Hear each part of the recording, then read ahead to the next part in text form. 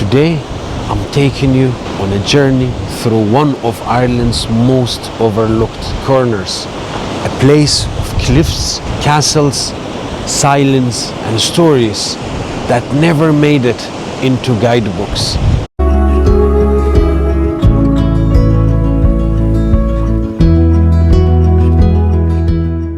Cade Mille Folce, 100,000 welcomes to Hook Peninsula.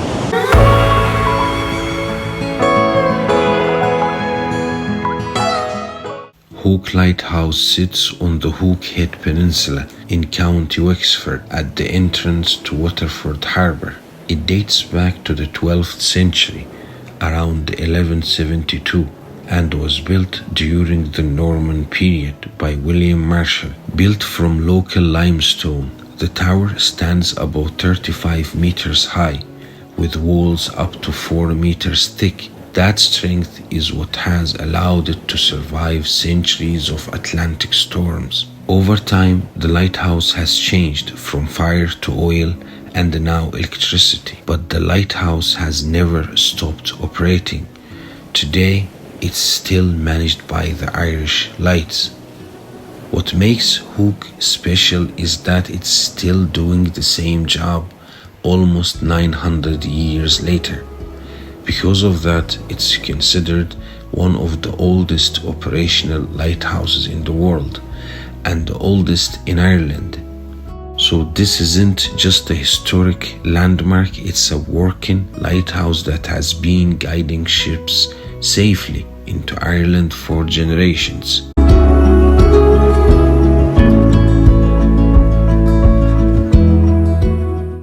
When you look at the lighthouse and it's just facing the ocean, look.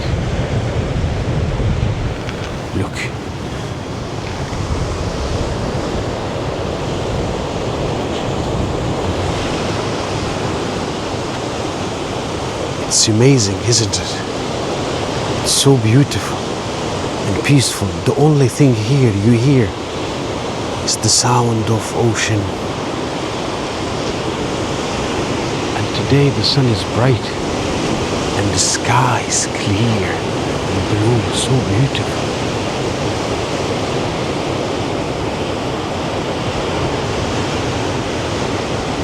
Oh my God. Look at the lighthouse. It's flirting with the sky, with the sun, with the ocean, with the people, with everything. That's a perfect spot.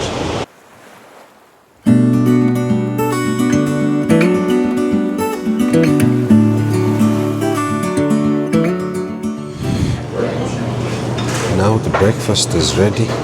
I'm starving. We have Americano here, toast. And this is full Irish breakfast. Bon appetit.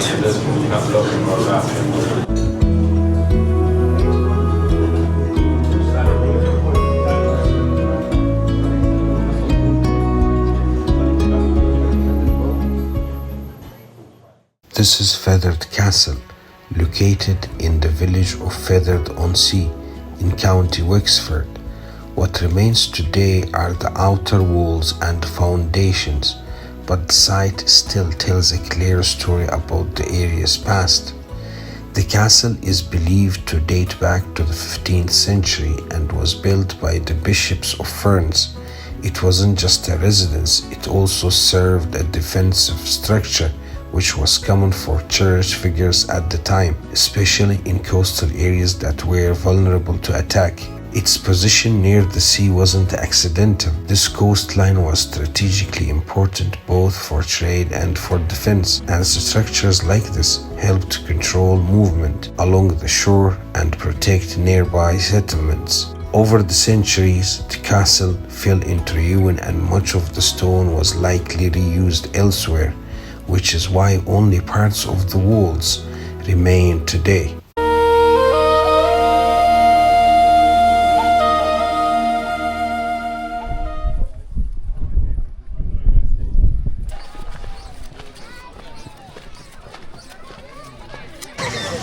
Today wouldn't be ideal, if it's like this beautiful sunny day, you need to go to the beach. Even though, look at me, I'm not prepared for this weather. You know, I have a lot of things to do and catch. I'll show you guys the beach. This is what's called Bag-in-Bun Beach. It's really nice, but today I think it's crowded.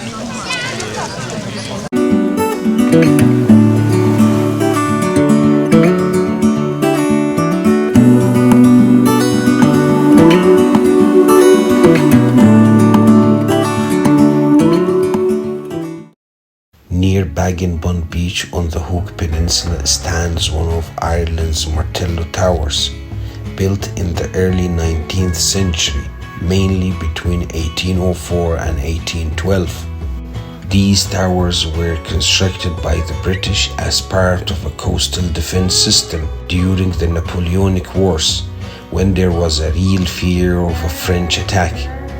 Martello towers were designed to be small but strong. They typically have thick stone walls, a raised entrance, and a flat roof that once held a cannon. This design allowed a small number of soldiers to defend a strategic stretch of coastline. The bay is known as a landing point for Norman forces in the 12th century.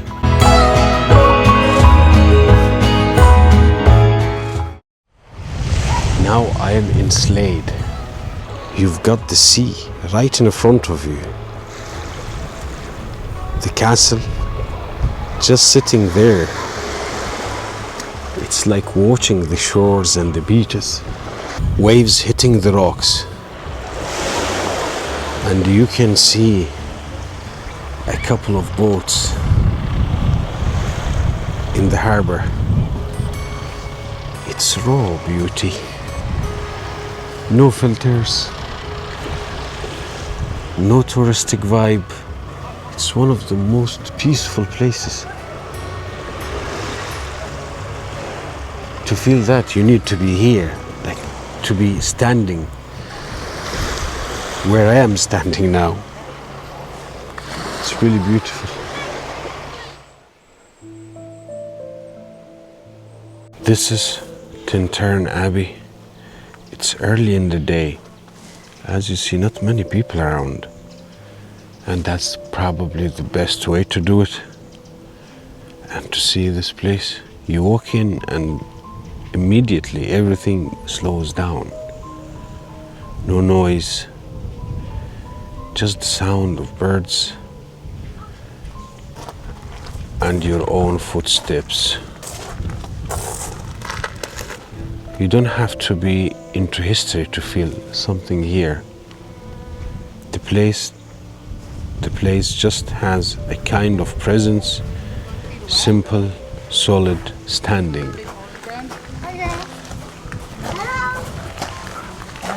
Oh yeah. As you can see here, it's written that the abbey was actually founded by monks in the early 1200s AD. Were very much a closed order who relied on their own abilities and knowledge. For this reason, they did most of the necessary manual labor themselves. And it's called Tintern Woodlands, and you also have here the walking trail. And when you go around, it's a very nice walking area.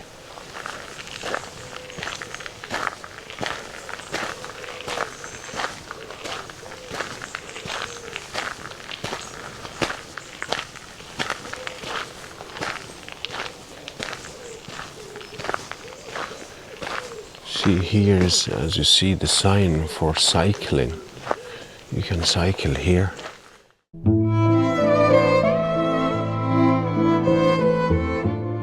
What you see behind me, that's called the wreck of Port Lairge. Port Lairge in Irish means Waterford. And I'll show you guys, I'll give you a better look. This wreck was once part of legacy. Now it's just abandoned and sitting here quietly.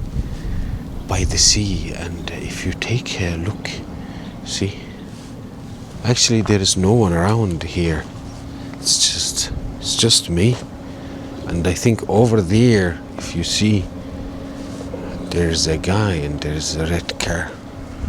And when you take a closer look, you will see like it's been sitting here for decades, rusted out, broken. But anyway, it's still here. I heard that it was used to dredge the harbour in Waterford back in the day. When you look at these kind of abandoned places or things, there's something about it. It's hard to explain, but I think it's like a memory that is always trying to refuse